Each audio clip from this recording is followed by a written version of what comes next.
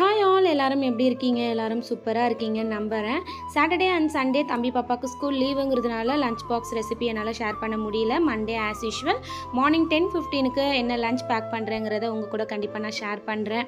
So நிறைய பேர் வந்துட்டு தம்பி பாப்பா என்ன ரொட்டீன் ஃபாலோ பண்ணுறீங்க, நைட்டு எத்தனை மணிக்கு தூங்க வைப்பீங்க, காலையில் எப்போ எந்திரிப்பாங்கன்னு எல்லாம் கேட்டிருந்தீங்க. அண்ட் அவங்க என்ன கிளாஸ் படிக்கிறாங்க, ஸ்கூல் டைமிங் என்னன்றதெல்லாம் வந்துட்டு நிறைய சிஸ்டர்ஸ் கேட்டிருந்தீங்க.